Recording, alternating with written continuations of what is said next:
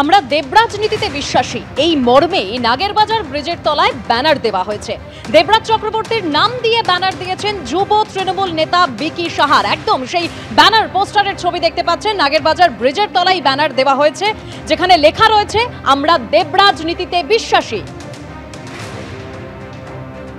দেবরাজ চক্রবর্তীর ছবি দিয়ে এই ব্যানার দিয়েছেন যুব তৃণমূল নেতা বিকি সাহা।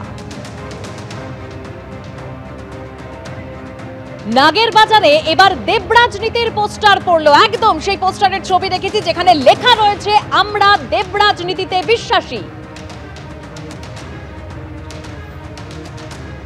না, মমতা ব্যানার্জির নীতি নয়, অভিষেক ব্যানার্জির নীতি নয়, এবার কিন্তু দেবরাজ নীতি। কেন বলছি? আমরা দাঁড়িয়ে রয়েছি দক্ষিণ দমদম পুরসভার নাগেরবাজার এলাকায় এবং আমরা দেখতে পাচ্ছি নাগেরবাজার ব্রিজের তলায় এরমই কিন্তু ব্যানার লাগানো হয়েছে আমরা দেবরাজ নীতিতে বিশ্বাসী। এবং আমরা দেখতে পাচ্ছি দেবরাজ তার একটি ছবি এবং নিচে কিন্তু সৌজন্য বিকি সাহা, রাজারহাট, গোপালপুর, তৃণমূল যুব কংগ্রেস। এই ব্যানার একটা নয়, একাধিক ব্যানার লাগানো হয়েছে। এই গোটা নাগেরবাজার ব্রিজের তলার যে পিলার রয়েছে একাধিক ব্যানার এইভাবে লাগানো রয়েছে।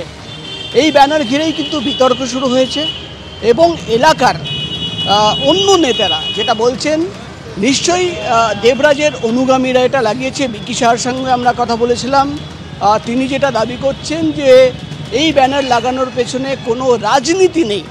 কিন্তু আমরা যেটা একাধিক নেতারা ক্যামেরার সামনে নয় পেছনে যেটা বলছেন যে দেবরাজ নীতি এটা কিন্তু একটা নতুন স্লোগান এলাকায় এবং তাতে কিন্তু অনেকের আপত্তি রয়েছে।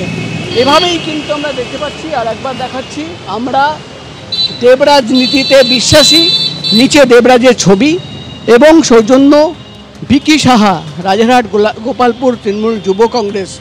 অর্থাৎ দলের মধ্যেই কিন্তু গোষ্ঠীদ্বন্দ্ব রয়েছে, সেটাও কিন্তু পরিষ্কার হয়ে যাচ্ছে। এবং এই ব্যানারের মধ্যে মমতা বন্দ্যোপাধ্যায় বা অভিষেক বন্দ্যোপাধ্যায় বা তৃণমূলের অন্য কোনো এলাকার বিধায়ক বা সাংসদের কোনো ছবি নেই, অর্থাৎ শুধু দেবরাজের ছবি এবং সেই ব্যানারে লেখা রয়েছে আমরা দেবরাজ নীতিতে বিশ্বাসী। এই নিয়ে কিন্তু ইতিমধ্যেই জলঘোলা শুরু হয়েছে, রাজনীতি শুরু হয়েছে। বিজেপির তরফে অভিযোগ আনা হচ্ছে যে এলাকায় কিন্তু তৃণমূলের গোষ্ঠীদ্বন্দ্ব রয়েছে এবং সেই গোষ্ঠীদ্বন্দ্বের জন্যই কিন্তু এই ব্যানার লাগানো হয়েছে। ক্যামেরায় অভিজিতের সঙ্গে প্রকাশ সেনা, এবিপি আনন্দ, নাগেরবাজার। একেবারে নাগেরবাজার ব্রিজের তলায় একের পর এক সেই ব্যানার, আর সেই ব্যানারকে কেন্দ্র করে যত বিতর্ক তৈরি হয়েছে দেখতে পাচ্ছেন সেই ছবি।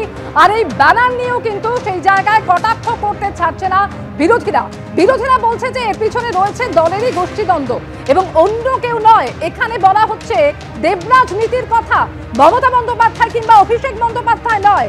এইভাবেই দেবরাজের যারা সমর্থক রয়েছেন তারা এই ব্যানার দিয়েছেন বলে মনে করা হচ্ছে এবং যেখানে এই দেবরাজ নীতি বলে নতুন শব্দবন্ধ রয়েছে এই ব্যানারে এবং দেবরাজের নামে ব্রিজের তলায় একের পর এক ব্যানার।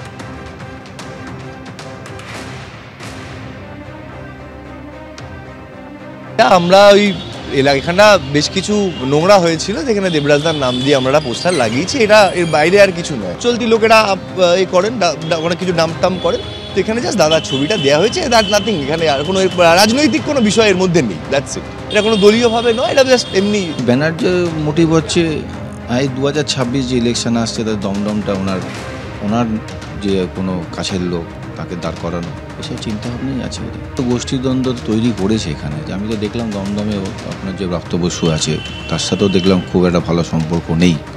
ওখানকার মেলা দেখলাম এখন অর্জুনপুর মাঠে চলে এসছে। পুরোটাই গোষ্ঠীদ্বন্দ্ব চলছে সারা পশ্চিমবঙ্গ জুড়ে, যা দেখছেন এখানেও তাই একই জিনিস। এলাকা দখল তো উনি করে রেখে দিয়েছে।